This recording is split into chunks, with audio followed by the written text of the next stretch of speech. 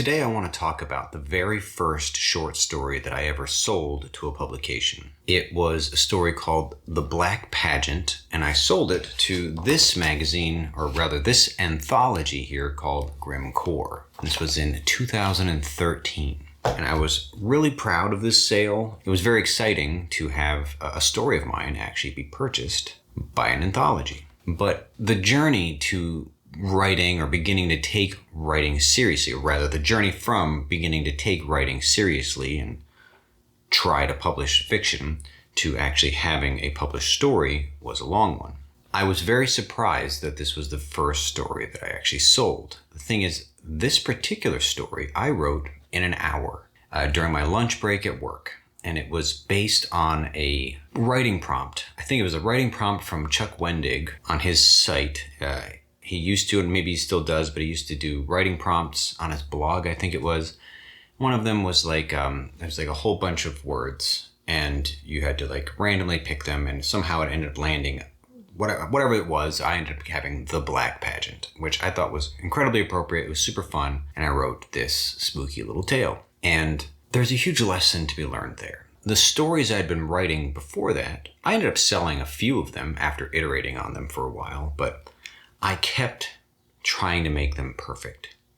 There was this need to edit and rewrite, and it's not quite perfect. It's not the best thing I've ever written yet. It's not this amazing brand new piece of fiction, and so I would keep it close to the chest, or I'd never send it out, or it became so overwritten that when I did send it out, no publisher was ever going to buy it because it was clearly amateur. It lacked confidence. It just wasn't confident writing. And I didn't realize that what I was doing when I wrote this story over a lunch break, maybe it took me an hour to write it, was writing very confidently. It was this time constraint. Like, I've got 1 hour, I've got a fun idea, I'm just going to write something. And I ended up writing a story about a girl who wakes up and turns out she's been dragged into this pageant that's being run by ghouls.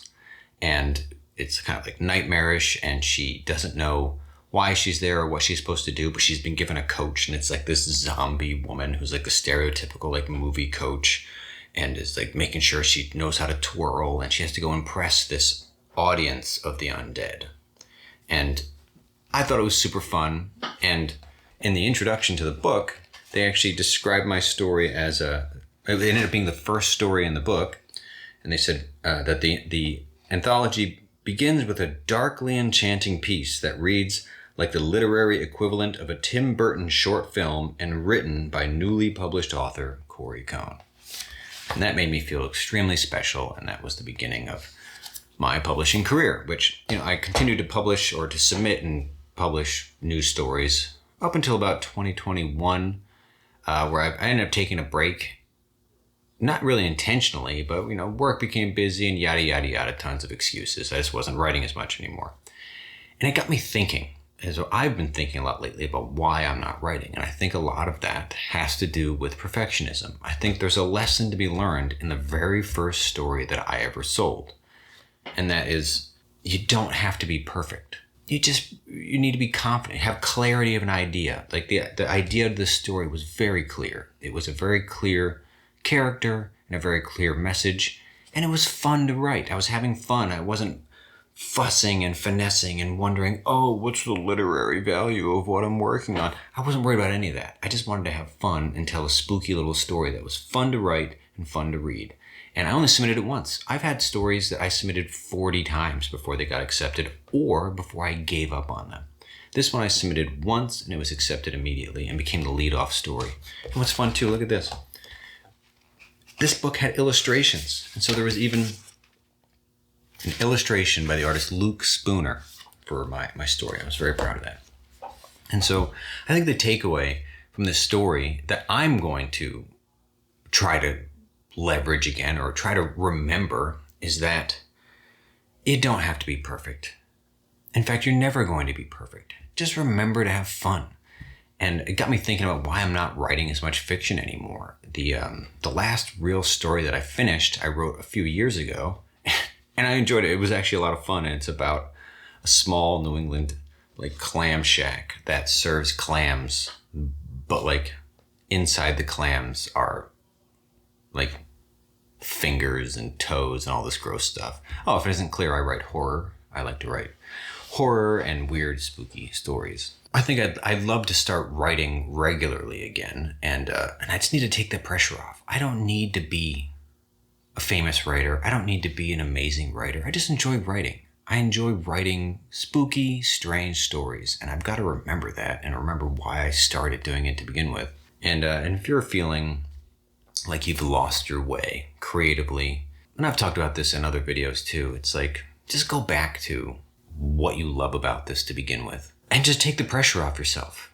So if there's a lesson here, it's that the first story I ever sold was the one where I took all the pressure off myself and I just did it for fun. Wrote it in an hour, maybe did one editing pass, sent it off, and it got purchased. And that's actually one of the things that I'm thinking about right now with these particular videos on the channel. The last several videos that I've done have been really highly edited. I spent the whole day filming or doing these crazy edits, trying to learn new techniques, which is great. I love learning new things. So I'm enjoying learning different editing techniques. I'm enjoying learning more about color grading and understanding, how to make good films. And I've got a long way to go before I make good films. But that starts to, once again, put all this pressure on YouTube and on making videos when really it doesn't need to be that complicated. And so I'd like to post more regularly. And if I'm doing these super high edit videos, I'm never going to be able to post on a regular schedule. And so this is one of the videos where it's the beginning of me just taking the pressure off. It doesn't have to be perfect. I don't have to be perfect. Yeah, no need to be perfect. This is the second video of what I'm hoping to make 10. I'd like to post 10 videos in a row that are simple, easy to make, easy to edit, and kind of have a unified idea. So anyway, that's all I got.